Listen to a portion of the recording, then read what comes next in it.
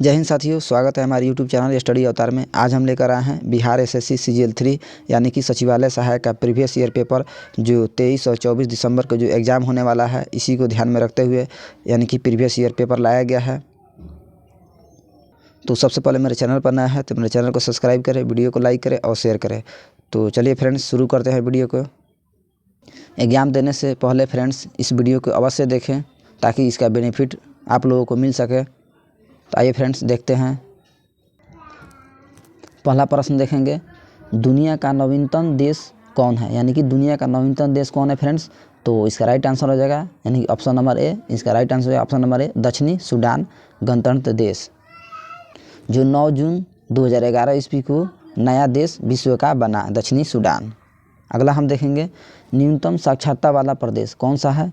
तो न्यूनतम साक्षरता वाला प्रदेश है बिहार।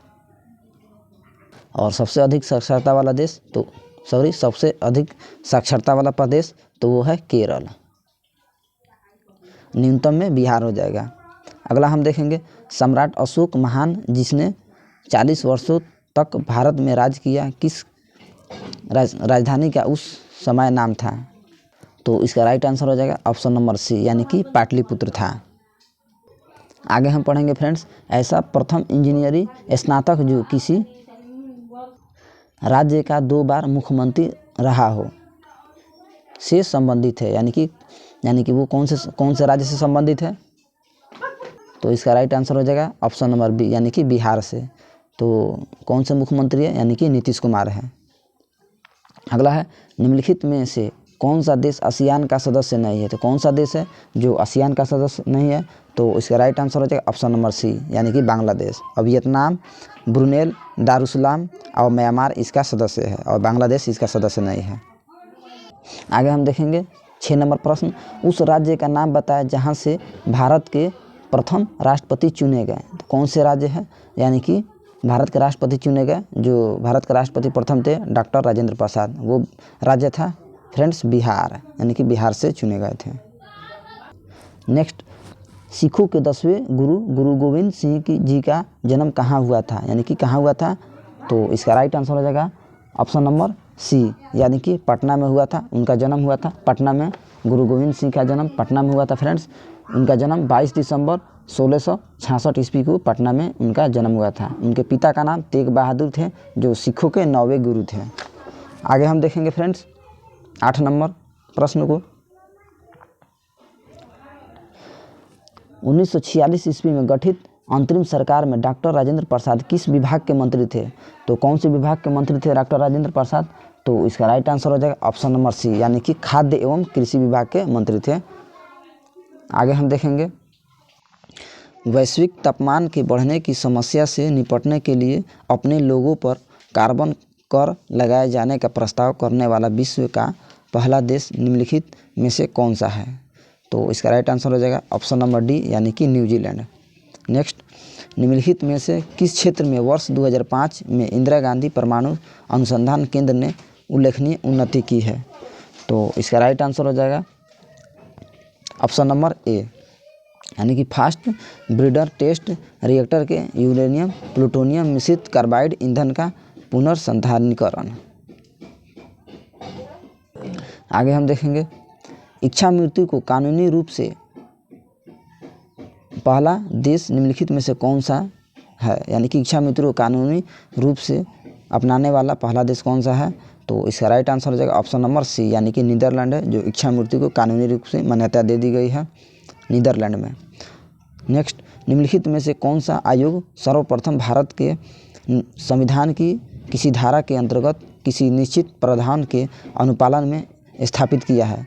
तो इसका राइट आंसर हो जाएगा ऑप्शन नंबर सी यानी कि चुनाव आयोग। अगला है, विश्व आर्थिक फोरम की वार्षिक बैठक का स्थल दावोस कहाँ पर स्थित है? तो कहाँ पर स्थित है? तो इसका राइट आंसर हो जाएगा ऑप्शन नंबर सी यानी कि स्विट्जरलैंड में। नेक्स्ट, ओलंपिक खेलों में किस खेल के लिए वाल बारकर कप प्रदान किया जाता है? तो कौन सा खेल है जो वाल बारकर कप प्रदान किया जाता है? तो इसका राइट आंसर है ऑप्शन नंबर बी यानी कि मुक्केबाजी। नेक्स्ट, प्राचीन नगर तक्षशिला निम्नलिखित में से किनके बीच स्थित है? तो ऑप्शन नंबर ए यानी कि सिंधी तथा झेलम के बीच स्थित है। नेक्स्ट, निम्नलिखित में से कौन सा विद्रोह बंकिम चंद्र चटर्जी के उपन्यास आनंद मठ के द्वारा प्रसिद्ध हुआ? तो कौन सा विद्रोह था? यानी कि इसका राइट आंसर हो जाएगा ऑप्शन नंबर डी, यानी कि सन्यासी विद्रोह। नेक्स्ट, निम्न में से कौन सा कथन सत्य नहीं है? कौन सा कथन है जो सत्य नहीं है? तो इसका राइट आंसर हो जाएगा यानी कि महानदी का उद्गम छत्तीसगढ़ में है, यानी कि सही है। गोदावरी नदी का उद्गम महाराष्ट्र में है, ये भी सही है। कावेरी नदी का उद्गम आंध्र प्रदेश में है, ये बिल्कुल गलत है। और ताप्ती नदी का उद्गम स्थल मध्य प्रदेश में है, ये बिल्कुल सही है। यानी कि इसका उद्गम स्थल कहाँ पे? यानी कि कर्नाटक में है। अगला है, निम्नलिखित में से कौन एक हिंदुस्तानी शास्त्रीय गायक है? तो कौन से हिंदुस्तानी शास्त्रीय गायक है? तो इसका राइट आंसर हो जाएगा फ्रेंड्स, देखेंगे, यानी कि ऑप्शन नंबर सी इसका राइट आंसर हो जाएगा, यानी कि गंगूबाई हंगल जो इसका हिंदुस्तानी शास्त्रीय गायक है। अगला है, कोलंबो से अल्मोड़ा तक व्याख्यान निम्नलिखित में से किसके अनुभव पर आधारित है? किसके अनुभव पर आधारित है? तो इसका राइट आंसर हो जाएगा ऑप्शन नंबर डी, यानी कि स्वामी विवेकानंद। नेक्स्ट, वैज्ञानिक तथा औद्योगिक अनुसंधान परिषद का अध्यक्ष कौन है? तो कौन से वैज्ञानिक तथा औद्योगिक अनुसंधान परिषद का? तो इसका राइट आंसर हो जाएगा यानी कि ऑप्शन नंबर सी, यानी कि भारत के प्रधानमंत्री हैं।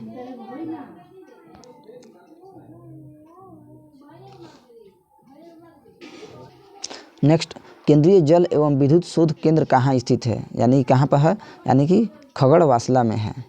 नेक्स्ट देखेंगे, 1857 की क्रांति में निम्नलिखित में से किसे एक मित्र द्वारा धोखा मिला ब्रिटिश द्वारा पकड़ा गया तथा मार दिया गया? तो कौन सा था?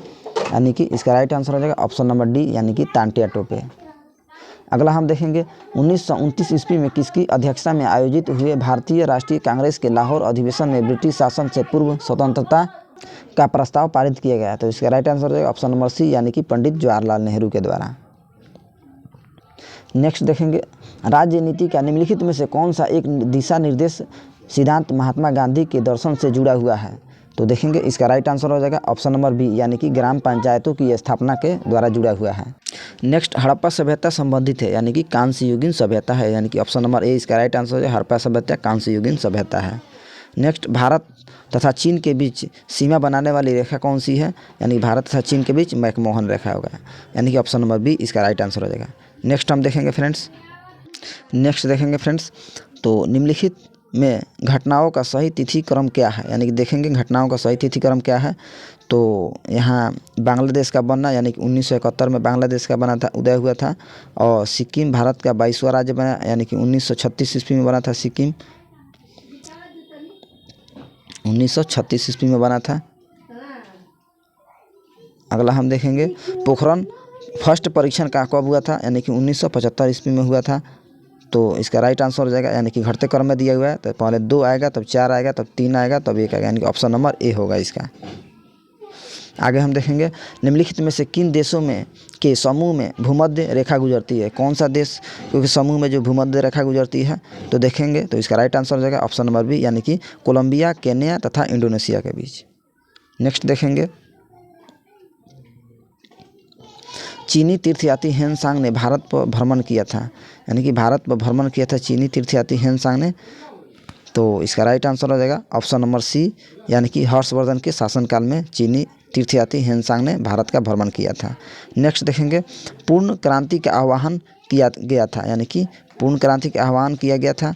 तो इसका राइट आंसर हो जाएगा, यहाँ देखेंगे इसका आंसर यहाँ पे दिया हुआ है, इनके ऑप्शन नंबर डी इसका राइट आंसर हो जाएगा, यानी कि जयप्रकाश नारायण के द्वारा।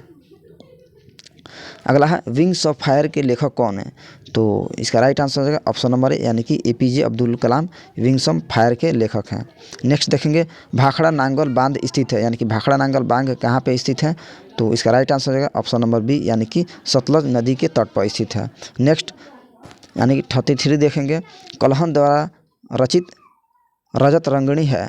तो यहाँ देखेंगे, तो इसका right answer option number B, यानी कि कश्मीर के इतिहास है, यानी कश्मीर पर आधारित है। नेक्स्ट देखेंगे,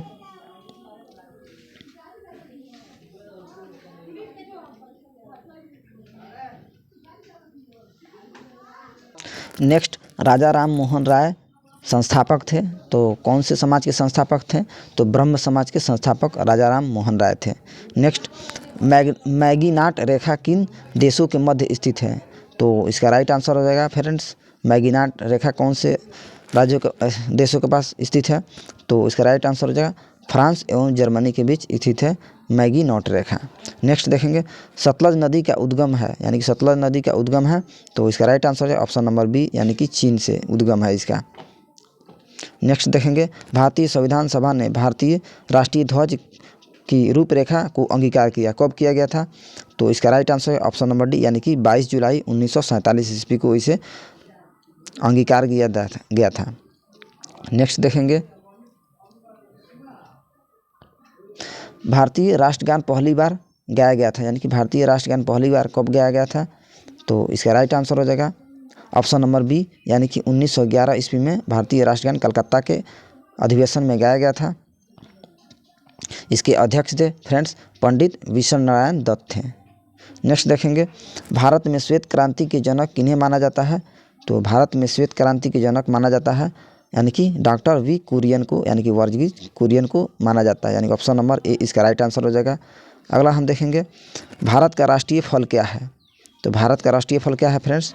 तो इसमें हम देखेंगे, यानी कि राइट आंसर हो जाएगा ऑप्शन नंबर डी, यानी कि आम है। अगला है, भारत में हरित क्रांति का जनक किन्हें माना जाता है? तो इसका राइट आंसर हो जाएगा ऑप्शन नंबर बी, यानी कि MS स्वामीनाथन को भारत में हरित क्रांति का जनक माना जाता है। और विश्व में किन्हें माना जाता है? तो विश्व में नॉर्मन बोरलॉग को माना जाता है हरित क्रांति का जनक। नेक्स्ट हम देखेंगे, श्री कुमार बनर्जी निम्नलिखित में से किससे संबंधित है? तो परमाणु ऊर्जा आयोग से, ये भी सही है, और भाभा परमाणु अनुसंधान केंद्र से, यानी कि ये भी सही है। तो इसका राइट आंसर हो जाएगा ऑप्शन नंबर डी, यानी कि ये भी दोनों सही है। अगला है, राष्ट्रीय स्मार्ट गवर्नमेंट संस्थान कहाँ स्थित है? तो राष्ट्रीय स्मार्ट गवर्नमेंट कहाँ स्थित है? तो इसका राइट आंसर हो जाएगा ऑप्शन नंबर ए, यानी कि हैदराबाद में स्थित है। नेक्स्ट देखेंगे, वह भारतीय टेनिस खिलाड़ी जो फिल्म निर्माण हेतु हॉलीवुड से जुड़े हैं, कौन से भारतीय खिलाड़ी हैं? तो इसका राइट आंसर हो जाएगा ऑप्शन नंबर डी, यानी कि अशोक अमृतराज। 45 नंबर देखेंगे, लव शब्द निम्नलिखित में से किस खेल से संबंधित है? तो इसका राइट आंसर हो जाएगा ऑप्शन नंबर ए, यानी कि टेनिस से संबंधित है। नेक्स्ट, वर्ष 2014 में राष्ट्रमंडल खेल निम्नलिखित में से किस देश में आयोजित किए जाएंगे? यानी कि ये पहले का प्रश्न दिया हुआ है, तो इसका भी देख लेते हैं। इसका राइट आंसर हो जाएगा फ्रेंड्स ऑप्शन नंबर सी, यानी कि स्कॉटलैंड में।